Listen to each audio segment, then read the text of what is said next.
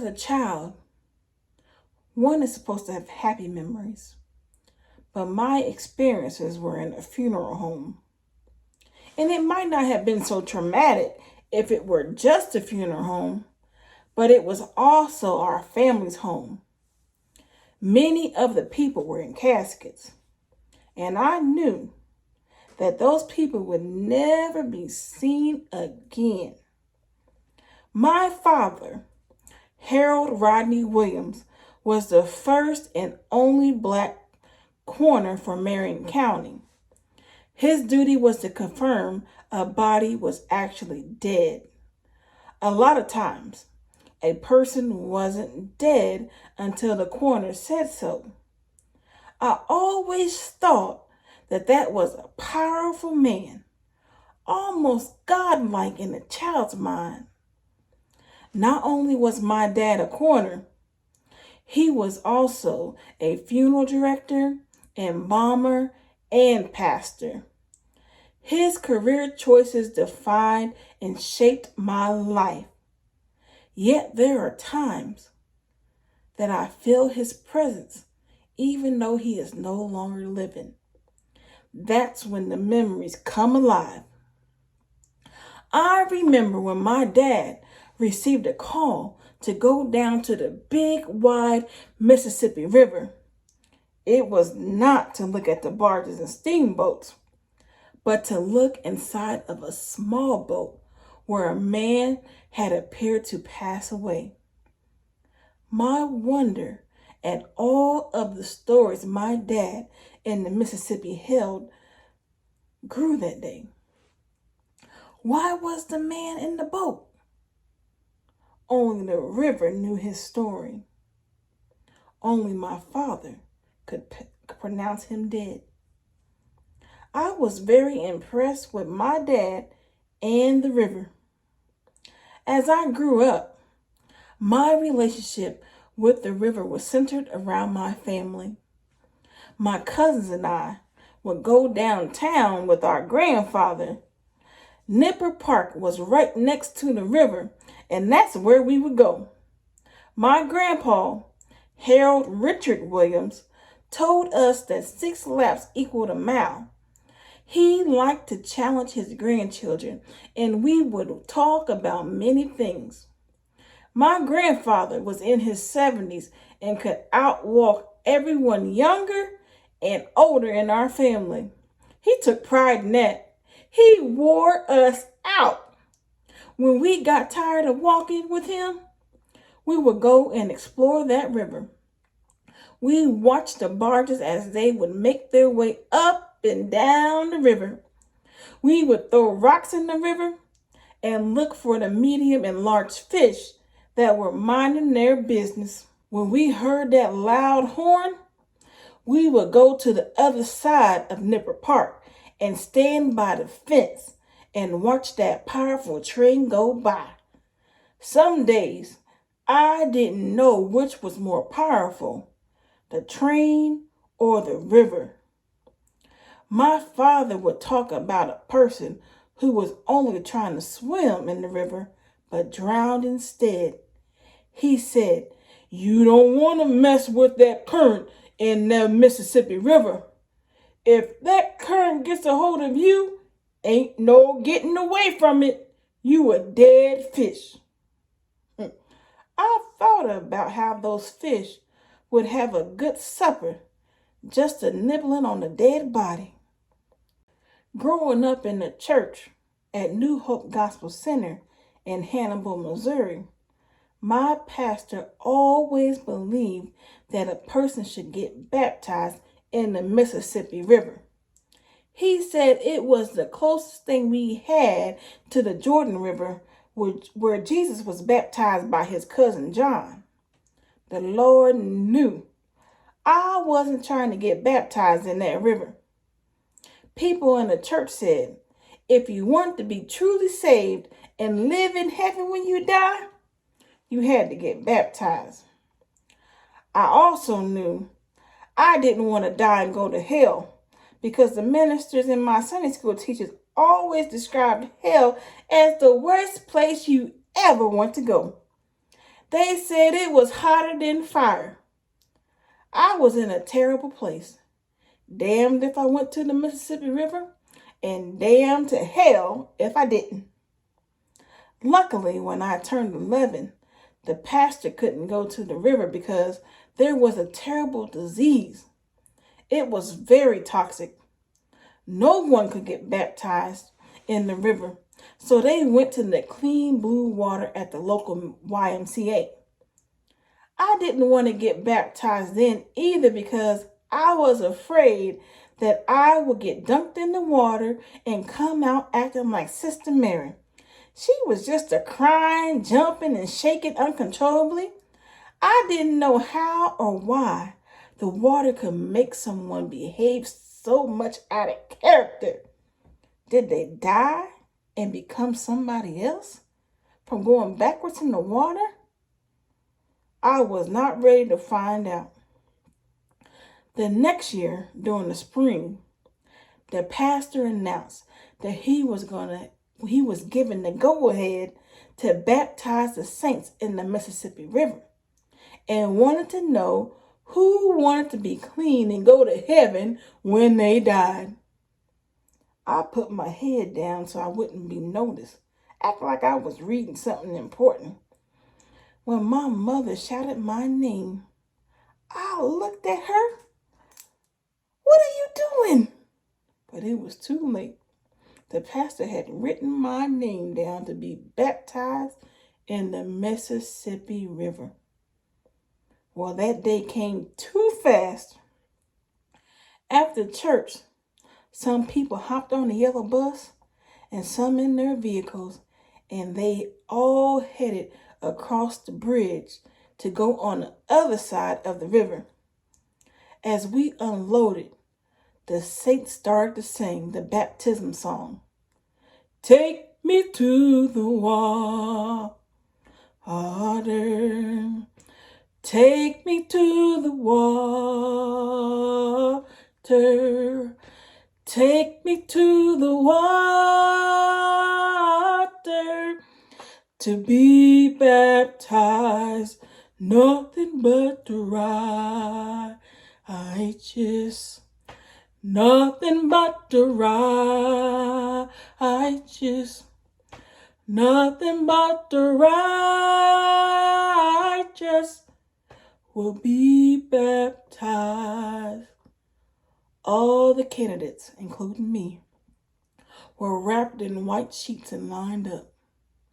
The pastors, ministers, and deacons of the church headed into the water to wait for the people who were going to get baptized. They lined up one by one.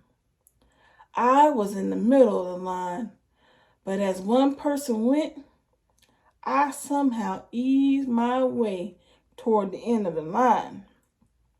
When I could no longer prolong it, I began to walk in the wet mud and into the river, which was getting deeper very slowly. I felt the sticks and rocks on the bottom of my feet. As I looked and got closer, I saw the pastor, and I thought, here we go. As I was beginning to turn around slowly, the pastor looked at my father, who was a youth pastor at the time, and told him to baptize me. Both of our eyes got very big, but the anxiety of being baptized in the water where it once killed, contracted disease, and carried large fish dissolved. My father's strong arms that held me as I went under the water made me feel safe. I was the first person he ever baptized.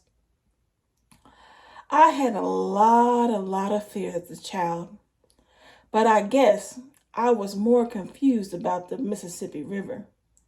I was warned about its dangerous and deadly powers that caused me to fear it. I didn't want to be drowned, be swept away, or die in one of the many ways I had heard of.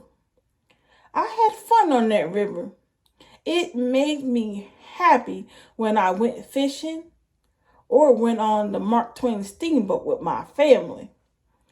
I guess some things are like that. You can enjoy the river, but you also have to be careful. Someone once told me that you better not throw trash in that river because it would remember and would come back to get you. I don't know if this is true, but I know it won't be my fault if trash is found.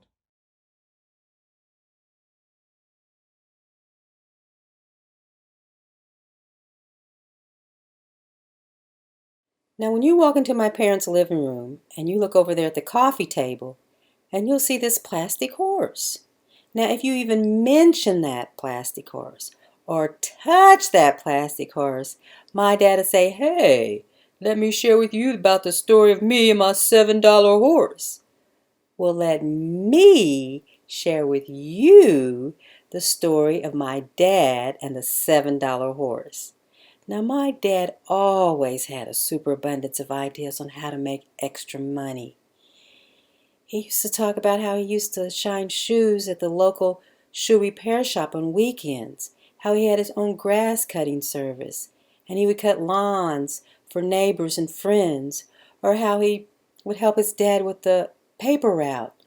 And at one time he said he had this hay hauling service, but that didn't last long because the guys went on strike because they said, "Hey, James, it's too hot to haul hay." So he used to work at the Chevrolet garage, and he was thinking about, oh, how can he increase his income? And so he thought, well, I got this empty plot of land and I'll plant bushels and bushels and bushels of roasting ears. Now, roasting ears is a Midwestern and Southern term for sweet corn. But he had a problem. He didn't have a horse.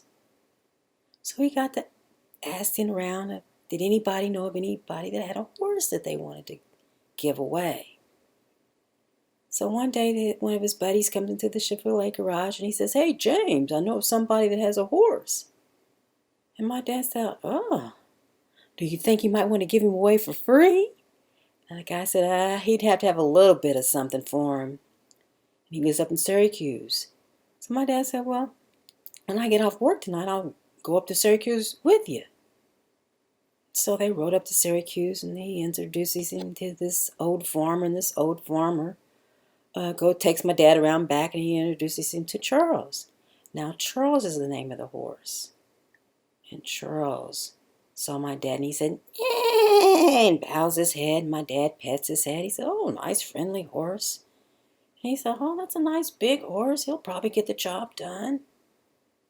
But my dad, now he knows nothing about horses.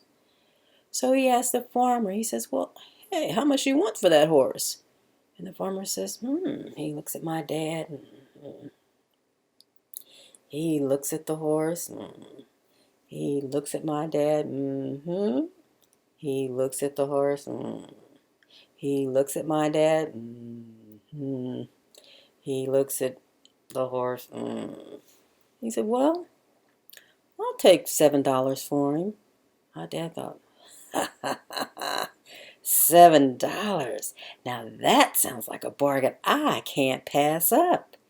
So he gives the farmer the $7 and they do the gentleman's handshake. And my dad, he's thinking about all that money he's going to make with this big, wonderful, mighty horse.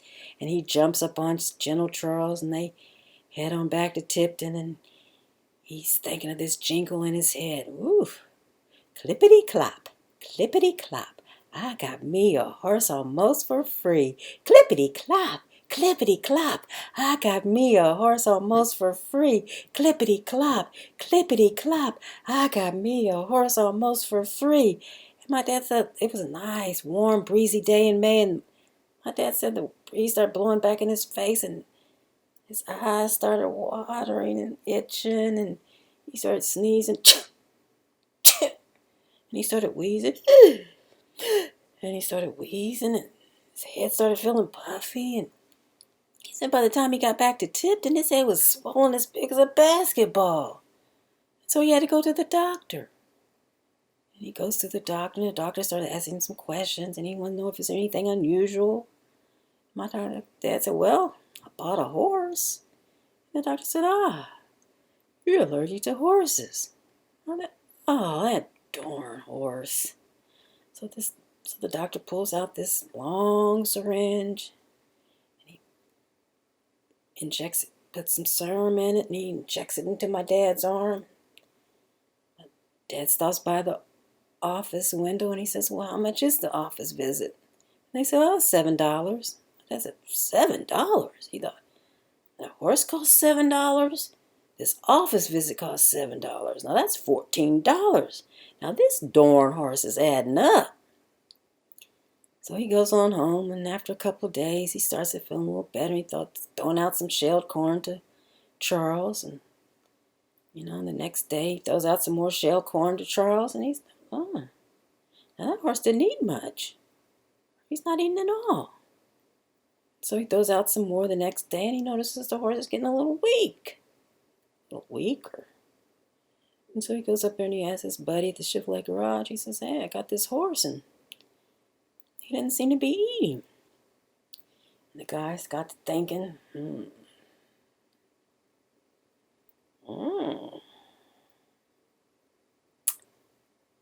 James, sounds like that horse didn't have any teeth. Lord have mercy. That horse didn't have any teeth? I should have known that's why that farmer was selling that horse so cheap. He doesn't have any teeth. I should have looked in that horse's mouth myself, and then I would have saw that horse didn't have any teeth. So my dad went home, and Charles was getting weaker. He was so weak, he couldn't even stand anymore. And the next day, my dad went out there, and Charles was weaker. He was weak.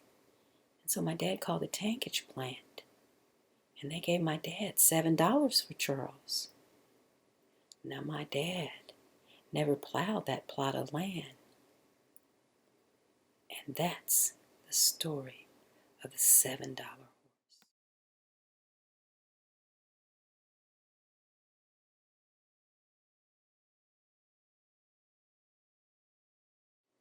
Appearances can be deceiving. Molly was a beautiful yellow moth with 4 brown symmetrical dots on each wing. She was very beautiful, and her wings glistened like gold in the sunlight, and she was very curious, and she always questioned her boundaries. It was a fall evening, and the sun was getting ready to set in the western sky, and the wise old moth had gathered there to watch the sunset. And she was guarding the other moths. There were brown moths, yellow moths, green moths, white moths, black moths, and they were on this flowering bush in the garden, and it looked like a beautiful bouquet of flowers. And Molly was starting to float above the other moths. And the wise old moth looked up. Molly, where are you going? Oh, wise one, did I forget to ask your permission to leave? I'm going to that beautiful ball up there in the sky. Look at it. It looks so warm and inviting. Oh, and those brilliant rays. It's beautiful. Please don't stop me. Molly, that ball in the sky is the sun, and it is very, very, very far away. Appearances can be deceiving, Molly. Oh, but it looks so beautiful. And it has so many colors and rays. Oh, please, wise moth, let me fly. Molly, now float back over on the bush and wait till the sun sets. And then we will go to the lamppost and do our moth dance and our moth tag like we do every other evening. Oh, but that lamppost is so boring, and it only has that yellow light. Ah. And so Molly mopes back over to the flowering bush with the other moths. And then she thought, "Oh, wise moth, I don't mean to be difficult." And the wise old moth thought, "I understand, Molly. You prefer things that are made by nature as opposed to things that are made by man. And that's just your nature, Molly." And then the wise old moth thought, Molly is a brilliant moth. But she doesn't listen, and she has a poor memory.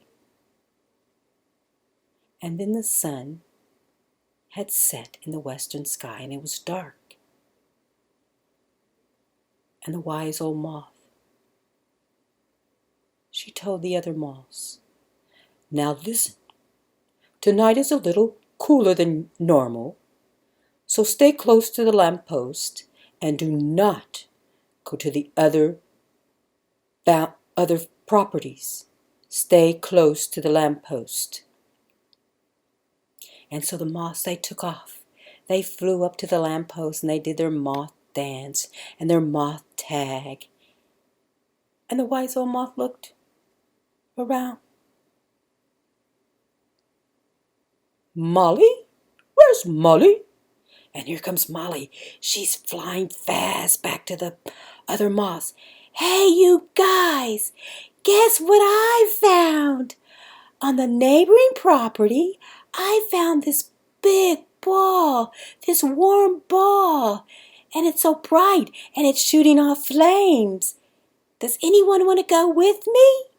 And two of the other moths said, "We'll go, we'll go, we'll go." And they took off. And the old moth, "Oh," she told the black moth, "you can fly fast. Go catch them and tell them that that ball is dangerous." And so the black moth took off. And one of the little moths said, "Oh, wise moth, why did you say that that ball was dangerous?" And the moth, "That ball is fire, and it is very dangerous, and it can do great harm. It can burn you." "Oh." And so the black moth, he took off. And he said, "Hey, you guys, come back. That ball is dangerous." And then he flew back and he told the wise old moth, "They're on their way back." And the other two moths, they came back, and one moth had smoke damage on his wings, and the wise old moth fluttered her wings, and she shook them, and she got them all clean again. But the other moth the tips of his wings were damaged. And the wise old moth took some tape and she put around his wings. And she said, "That's the best that I can do. That's the best that I can do." And then one of the other moths said, "Where's Molly?" And the wise old moth looked to the west. And she waited a moment. It appears that Molly will not be returning, because she learned that appearances are not always what they appear to be. They can be deceiving. And that's what I realized, that I know what my grandmother meant when she said, a beautiful person does not mean that person has a beautiful heart. All that glitters is not gold, and the grass is not always greener on the other side. And Molly, it appears, learned that appearances can be deceiving.